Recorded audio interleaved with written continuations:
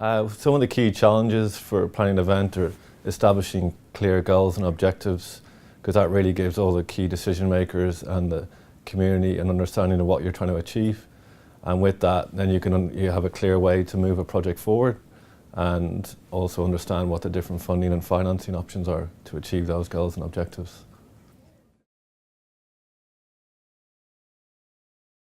The funding opportunities actually are pretty broad.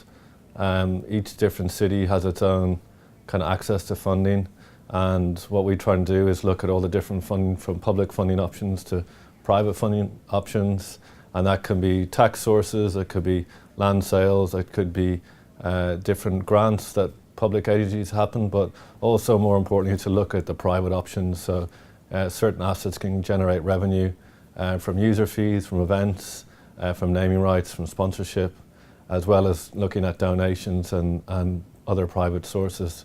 Really looking at all these different funding options together is what each city needs to consider.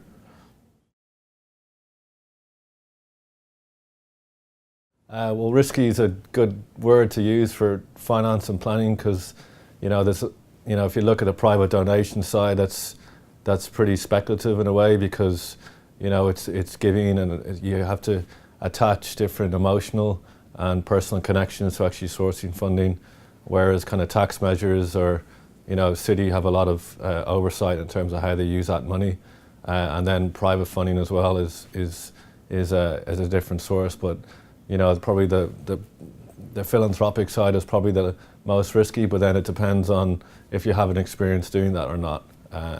Because if you have a history of strong donation base and you have a good relationships with donors, that money is not so risky. So it's kind of hard to say one example is more or less risky, but I think there's definitely a range that cities need to consider with the viability of getting those funding sources is very different. So.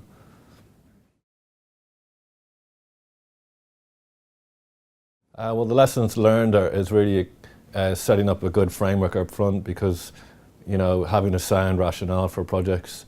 A lot of times people think that they have all that understanding and there's a clear message that everybody understands, but these projects typically touch on a lot of different stakeholder groups, a lot of different leadership levels, a lot of different political cycles. So really having a strong basis that everybody understands and agree on is one of the critical first steps, and really to kind of follow that through the process and make sure you deliver on what you propose, because most times cities will get objections or the process will get stalled when that changes or that wasn't clearly agreed. So that's one of the foundational elements to any successful project. So.